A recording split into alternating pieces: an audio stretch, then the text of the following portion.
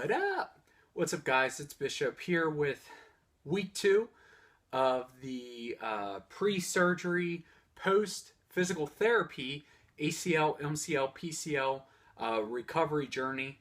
So last week, just to kind of get you guys updated, I went to a PT for the first time. Now, there's been a lot of amazing God stories that have come from this.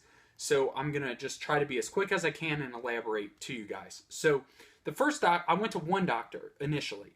He's a doctor that said, it was all the tears except the meniscus, and that, he's hoping that the MCL and PCL heal, and then it would just be an ACL surgery. If not, it would be a full knee reconstructive surgery. Well, I have a friend that works with the minor league MLB team for the Kansas City Royals, and I can't think of their name right now. But anyway, he was at spring training with the Royals and their actual PT.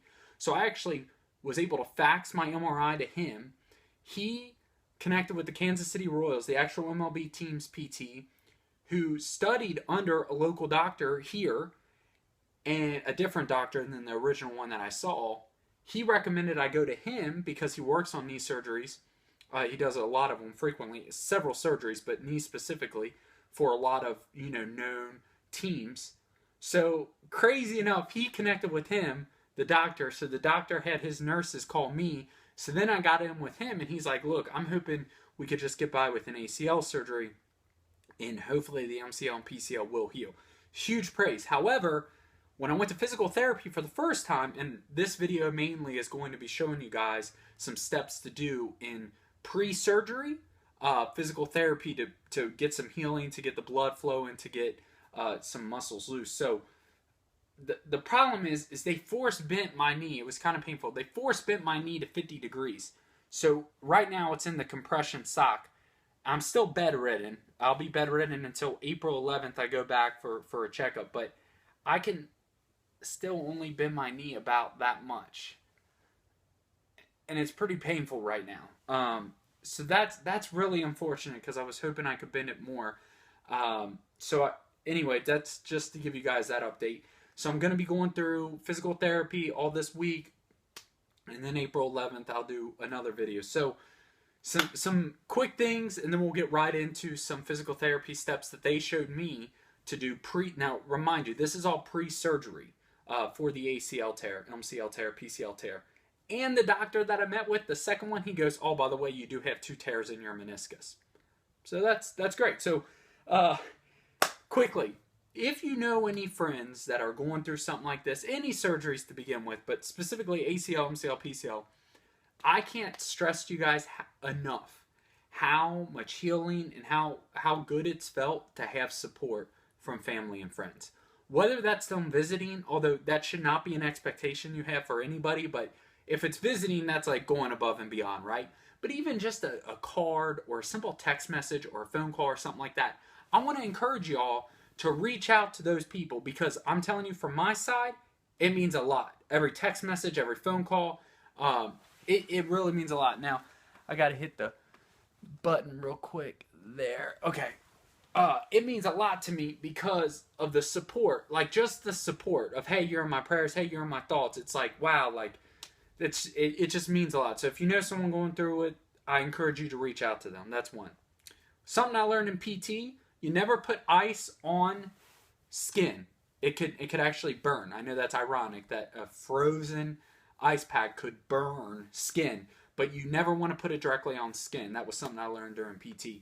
And then another thing I want to tell y'all is that this is a very unfortunate situation. So if you guys have been following the news at all, you know that 2 Americans were killed. Among those killed, at least 2 Americans in the Brussels terrorist attacks last week. Well, I found out from the doctor, late last week or whatnot, or now I guess it's been 2 weeks. The same day I found out, everything going on with my knee, the 2 Americans that they were, looking for or whatever that did die were actually cousins of a good friend of mine, Steven. So keep Steven and his family in your prayers. But it just it put in perspective for me that this knee injury is just a minor injury compared to life as a whole. And so all those who are going through, knee surgeries and issues like that, and surgeries and arms or whatever, it's kind of always good to remind yourself and remember. Otherwise, it might be depressing, seeing the sun and hearing people cut grass and play outside and do all these activities that you can no longer do for a while. That's kind of depressing, but overall, how big of a deal is it? So keep that in mind. Great Bible verses, real quick, just to encourage y'all, as they've encouraged me. Romans 8, obviously, when in Romans, when Paul writes that, all things work together for good for those who love him. And so it's just a constant reminder that this is working together for good. There's a reason behind it. That God is sovereign. This doesn't surprise God. God did not be like, "Oh, Bish, what'd you do?" That's not in God's vocabulary. It was all under His hand, His sovereign hand. And so we got to remember that there's good that will come out of our injuries and surgeries, etc. And then also the verse that hit me, I think it's John 13:7 or 7:13 or 17:3. Anyway, I'll put it in there. But during the washing of the feet, when Jesus goes to wash Peter's feet, Peter's like, "Bro, you're not going to wash my feet, dog. I should be washing your feet." And Jesus is like, "Yo, yeah, I'm going to wash your feet. And by the way, you don't understand what I'm doing now, but in the future you will." I was like, man, I don't understand fully now what's going on here, but in the future, I'm sure I'll look back and see. And so it's a good constant reminder to say to yourself, I might not understand what's going on right now, but in the future, if I believe and I know and hold fast to the truth that God is sovereign, He has a plan, it's all going to work out. So here we go. Right into some physical therapy tips and drills. So the first one they have me do is just with your 2 feet at the same time, you move your feet, you pedal your feet back and forth like this. And you do a total of 50. And you do 3 rotations throughout the day. So in the morning, lunchtime, and evening, you just pedal your little feet back and forth. That's to keep the blood flowing, to make sure there's no blood clots that form in your knees. The second one is to press your knees down and just try to work your quads. This is a quad muscle drill. So it works your quads. And so you do 3 sets of 10 throughout the day. So all of these are in 3 different sets. So you hold for 10 seconds, pull your quad on both legs, let go, release for 10 seconds. Hold for 10 seconds, release for 10 seconds. The next drill is just a hamstring stretch. So you want to, on whatever leg that maybe you're having surgery on, this is my left leg here with all the tears, just stretching out the hamstring. So you hold 10 seconds, rest 10 seconds, hold 10 seconds, rest 10 seconds. The next drill is to take like a rope or a towel or some sort of shirt or a sheet, if you will, throw it around your foot of whatever knee you have the issue going on with, and you pull to stretch out that nice calf muscle. Now, remind you guys, I can't weight bear at all, and I even said to the physical therapist, I said, look, if I'm not able to weight bear, but you're wanting me to pull on the foot with pressure, how's that not the same thing? And she said, well, we don't want you to walk because you can't walk. You're unstable. You're going to fall over. This is strictly stretching out your calf. So you want to stretch out your calf muscles. So then after surgery, you have a step ahead of the game. Your muscles are still stretched out. Your calf muscle doesn't get tight. You don't want it to be tight or stiff around your knee. So that's one of the other ones. And then probably the most painful one is trying to bend your knee.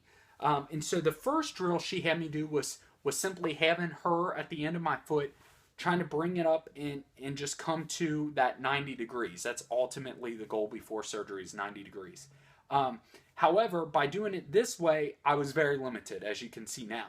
But the other way she recommended was to sit on a chair, edge of the bed or couch or whatnot, and use my right foot, put it behind my left foot, and just kind of let it guide my left foot down. And then when it feels a little painful, maybe rest 2 or 3 seconds, pull it back up. Down, hold, pull it back up. And so those are just some pre-surgery physical therapy drills that they're going to have me do for the next week or so. And then I'll keep you guys posted on what happens, after April 11th when I meet with them again. But if you're going through this, remember, guys, we're in it together. If you know someone going through it, I highly encourage you guys to reach out to them, whether it is visiting, supporting, via phone call, text message, email, whatever. Because I can't tell you guys how some of those days when like I'm sitting here and it's just unfortunate and I'm like really struggling with a beautiful 70-degree day, hearing lawnmowers. Like it seems like for a 3-mile radius going off and kids playing and basketball's dribbling. There's no even court near me, but kids are dribbling basketball somewhere. But anyway, it gets somewhat discouraging. And then I get a hit up and I'm like, man, like my friend K-Drama Regis, he sent me a text last night and I was like, man, it just meant so much to me. Like so much to me. And so very thankful for that. And then obviously his music, his new album, The Eighth, has really encouraged me and helped me through some of this. So definitely check that out if you haven't. So thanks for watching, guys. Love you. Remember, we're in it together. Okay? Awesome. Love you.